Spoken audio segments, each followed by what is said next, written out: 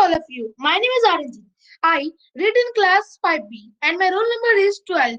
And today I am going to read a story. The title of my story is Raoul the Owl. It is written by J. Williams. So let's start. On an old hollow tree near the edge of the thick woods lived a family of owls. On the topmost branch lived the youngest owl, Raoul. He was polite and cheerful, but he had a serious problem for an owl. He couldn't see in the dark.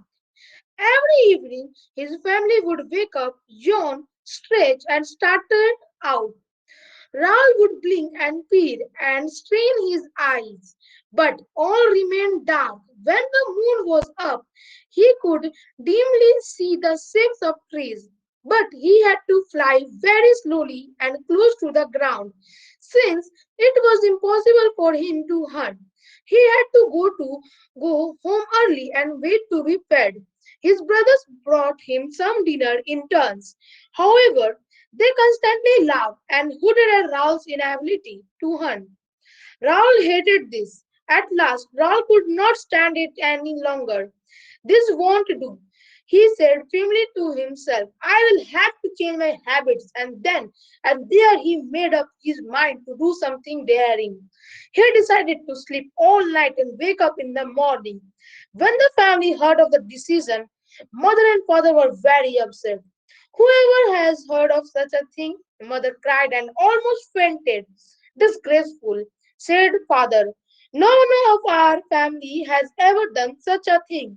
Refused. One of the middle brothers, who read a lot, said, no, Arctic owls hunt diurnally. That is, during the long daylight hours. We are not Arctic owls, cried father coldly. The older brothers laughed raucously. Hoo hoo! Maybe he isn't even an owl. He's your brother, father said. Please leave him alone. Then he turned to Raoul and said gently, if you insist, you can try. But remember to be a good owl always. Father patted mother's wings and whispered, don't worry, my dear. He will soon change his mind. The following morning, when his family was going to bed, Raoul got up, stretched, and stepped outside. He settled out on the branch and looked about. Wow, he shouted. He could see everything, and there was so much to see.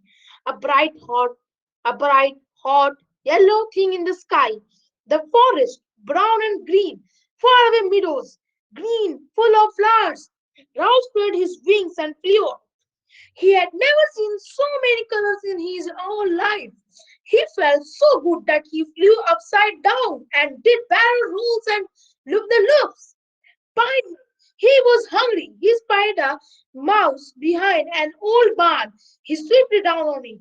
Oh, please, Mr. Hawk, let me go, squeaked the sad little mouse, holding his little hands together. Raoul's heart was touched. He let the mouse go free. But why do you call me a hawk? He asked. The deceiving mouse slowly looked up and said, good heavens, you are not a hawk, you are an owl. What on earth are you doing out in daytime? Are you crazy? I don't think you ought to be so rude. After all, I could have eaten you. I am sorry, said the mouse. Please forgive me, but I have never heard of an owl flying during day. Raoul explained everything. That is the bravest thing I have ever heard. Oh, said the mouse. Thanks, but I am very hungry, cried Raoul. My name is Bertram. What is yours? Asked the mouse. Raoul, nice to meet you, Bertram. Will you eat cheese? Asked Bertram. Hurrying back from the barn with a piece of cheese, Raoul picked at it too sticky. How about corn? Asked Bertram, bringing kernels from his winter store. Oh, too hard. Aha! Cried Bertram. You are a bird, aren't you? What about some birdseed?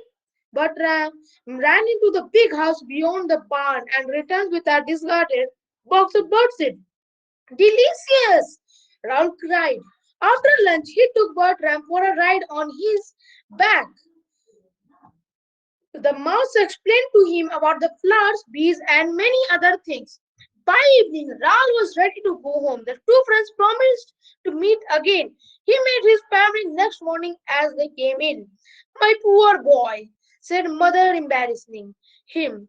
You must have had a terrible time.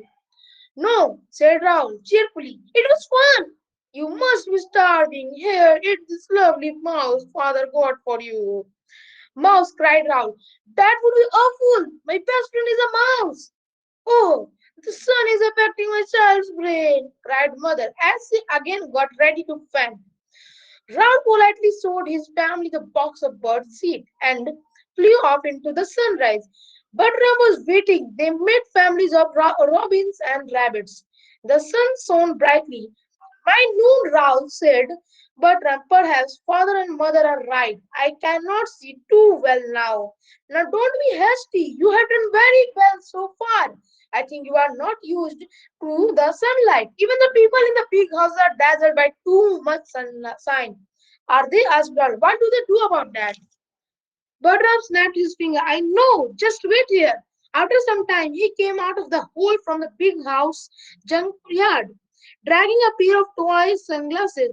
Bertram helped him wear it by tying the earpieces together with grass. This is wonderful, said Rao. It is soothing. Days flew by happily. One Sunday at dusk, as Rahul got home, he heard his family talking to the neighbors. Our Rahul flies in the sunlight. First owl to do it ever.